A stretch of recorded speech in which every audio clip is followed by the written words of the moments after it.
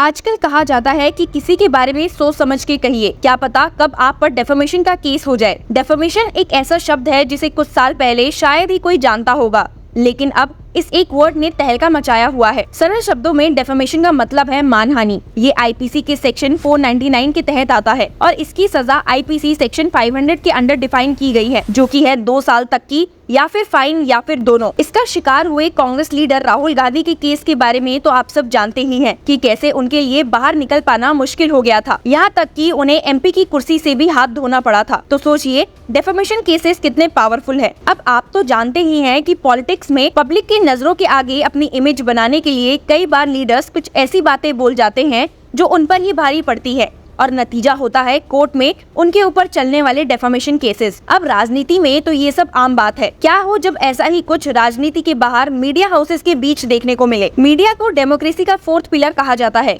क्योंकि वो देश की जनरल पब्लिक को बाकी के 3 पिलर्स द्वारा किए जाने वाले एक्शंस को दिखाती है, ताकि पब्लिक को गवर्नमेंट, जुडिशरी या फिर किसी भी तरह के इंस्टीट्यूशन, ऑर्गेनाइजेशन और बॉडी के एक्शन, पॉलिसीज और प्रोसीजर्स के बारे में बता सके। ऐसे ही ब्लूमबर्ग, जो कि एक ग्लोबल प्लेटफॉर्म है of financial news and information, ने 21 फरवरी को एक आर्टिकल अपनी वेबसाइट पे पोस्ट किया titled India regulator fines $241 million accounting issue at Zee. अपने इस आर्टिकल में ब्लूमबर्ग ने बताया कि SEBI had found a hole of more than $240 million in the accounts of Zee Entertainment Enterprises Limited। ये अमाउंट जो ब्लूमबर्ग द्वारा रिपोर्ट किया गया क्लेम करता है कि इसे इलीगली डाइवर्ट किया गया है। सिर्फ यही नहीं, ये अमाउंट 10 times higher था than the SEBI investigators had initially estimated। बस फिर क्या था, जैसे ही ये आर्टिकल बाहर आया, जी ने ब्लूमबर्ग के अगेंस्ट डेफेमेशन प्रोसीडिंग्स इनिशिएट कर दी, ये क्लेम करते हुए कि इस आर्टिकल ने उनकी इमेज को मलाइन किया है और साथ ही जी के बिजनेस ऑपरेशंस में स्पेकुलेशंस प्रेजेंट करने की कोशिश की है। जी ने ये भी दावा किया कि इलीगल फंड डाइवर्जन जो क्लेम ब्लूमबर्ग ने किया है उसका कोई बेसिस नहीं है। आपको बता दो कि जब ये आर्टिकल पब्लिश हुआ उसके बाद एंटरटेनमेंट जायंट जी ने क्लेम किया कि उनके स्टॉक प्राइसेस 15% से गिर गए, resulting in economic suffering on part of the company and it's investors. और इन्हीं सब ग्राउंड्स के बेसिस पे इससे पहले कि डेफेमेशन का ट्रायल शुरू हो, जी ने कोर्ट से रिक्वेस्ट की कि वो ब्लूमबर्ग को उस आर्टिकल को टेक डाउन करने को कहे। आई एम श्योर आपको ये केस सुनने में बहुत छोटा लग रहा होगा, लेकिन इस केस ने सुप्रीम कोर्ट तक को एक्शन में आने पर मजबूर कर दिया। इतना मजबूर कि सुप्रीम कोर्ट को लोअर कोर्ट्स को फटकारते और उन पर रिमार्क्स पास करते हुए भी सुना गया। ट्रायल कोर्ट और हाई कोर्ट के ब्लूमबर्ग को कहने के बाद कि वो इस आर्टिकल को टेक डाउन करे, जब वो सुप्रीम कोर्ट पहुंचे तो वहां लोअर कोर्ट्स के ऐसे डायरेक्टिव्स को देखकर एपेक्स कोर्ट हैरान रह गई। उन्हें कहते हुए सुना गया कि मीडिया ऑर्गेनाइजेशंस और जर्नलिस्ट के अगेंस्ट ऐसे इंजंक्शंस डेथ सेंटेंस की तरह एक्ट कर सकते हैं। सिर्फ यही नहीं, सुप्रीम कोर्ट को ये भी कहते हुए सुना गया कि दिल्ली हाई कोर्ट को इसमें इंटरवीन करना चाहिए था। सुप्रीम कोर्ट ने पहली बार स्लैप सूट्स के कॉन्सेप्ट को भी क्लियर किया, जो economically powerful parties, media organization और जर्नलिस्ट पर फाइल करते हैं, ताकि पब्लिक तक इम्पोर्टेंट अफेयर से रिलेटेड इन्फॉर्मेशन ना पहुंच पाए। ऐसे ही कुछ तीखे रिमार्क्स पास करने के साथ साथ सुप्रीम कोर्ट की 3 जज bench headed by chief justice of India DY Chandrachud ने इस केस को सिंप्लीफाइड वे में सॉर्ट करने की कोशिश की। सुप्रीम कोर्ट ने हाईलाइट किया कि ट्रायल कोर्ट जज ने अपने ऑर्डर में 3 प्रोलॉन्ग टेस्ट यूज किए हैं। आपको बता दो कि 1 मार्च को एडिशनल डिस्ट्रिक्ट जज हरज्योत सिंह भल्ला ने जी के फेवर में रूल किया था, ये ऑब्जर्व करते हुए कि ये एक प्राइमा फेसी केस है जो ब्लूमबर्ग के अगेंस्ट इंजंक्शन को जस्टिफाई करता है।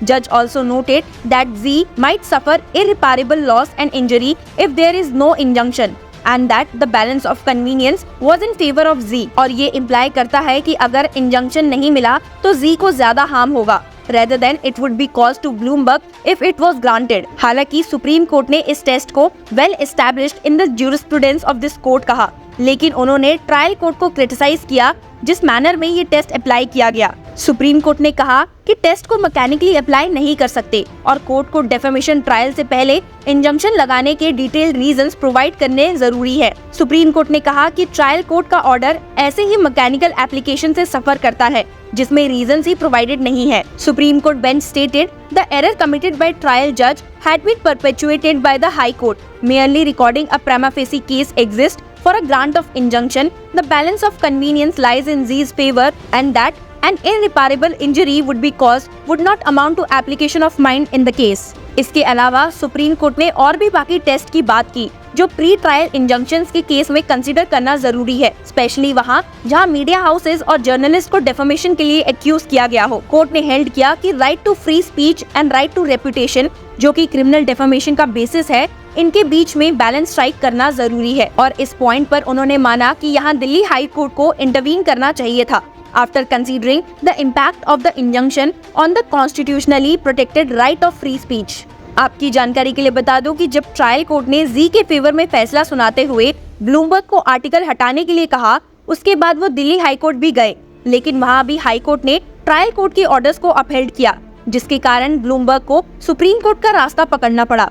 इस पूरे केस में सुप्रीम कोर्ट ने एक बहुत ही जरूरी बात समझाई, जो स्लैप सूट से जुड़ी है। जी नहीं, इसका मतलब स्लैप यानी कि थप्पड़ नहीं है, बल्कि इसका फुल फॉर्म है strategic litigation against public participation, also known as slap suits. Supreme court का ऑर्डर इसे एक अम्ब्रेला टर्म डिफाइन करता है। ये उन लिटिगेशंस के लिए यूज होता है जिसे प्रीडोमिनेंटली वो एंटिटीज इनिशिएट करती है जिसके पास बहुत ज्यादा इकोनॉमिक पावर है, against the members of the media और सिविल सोसाइटी, ताकि वो पब्लिक को रोक सके पब्लिक इंटरेस्ट के इम्पोर्टेंट अफेयर्स को जानने या उनमें पार्टिसिपेट करने से। इन स्लैप सूट्स को प्री ट्रायल इंजंक्शन से कनेक्ट करते हुए सुप्रीम कोर्ट ने नोट किया कि मीडिया ऑर्गेनाइजेशंस और जर्नलिस्ट के अगेंस्ट ऐसे इंजंक्शंस डेथ सेंटेंस की तरह एक्ट कर सकते हैं, उस मटेरियल के अगेंस्ट जो कि पब्लिश होना चाहिए। एपेक्स कोर्ट ने इस बात पर भी स्ट्रेस दिया कि कोर्ट्स को ये भी ध्यान देने की जरूरत है कि इंजंक्शंस को लिटिगेशंस को प्रोलॉन्ग करने के लिए भी यूज किया जा सकता है to prevent free speech and public participation.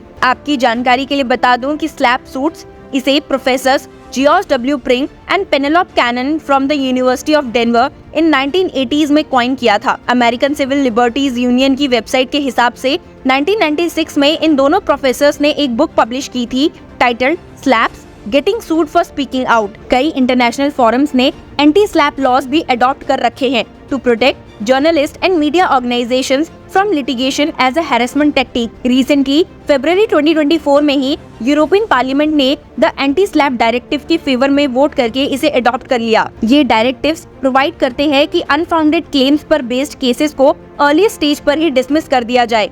जो लिटिगेंट्स स्लैप प्रोसीडिंग्स इनिशिएट करते हैं उन पर कॉस्ट लगाई जाए और स्लैप केसेस के विक्टिम्स को कंपनसेशन दी जाए। आपको बता दूं कि इस केस में सुप्रीम कोर्ट ने इन सभी बातों को एक्सप्लेन करते हुए ट्रायल जज को डायरेक्ट किया है to pass fresh orders bearing in mind their observations about slap suits and the factors to consider before granting a pre-trial injunction।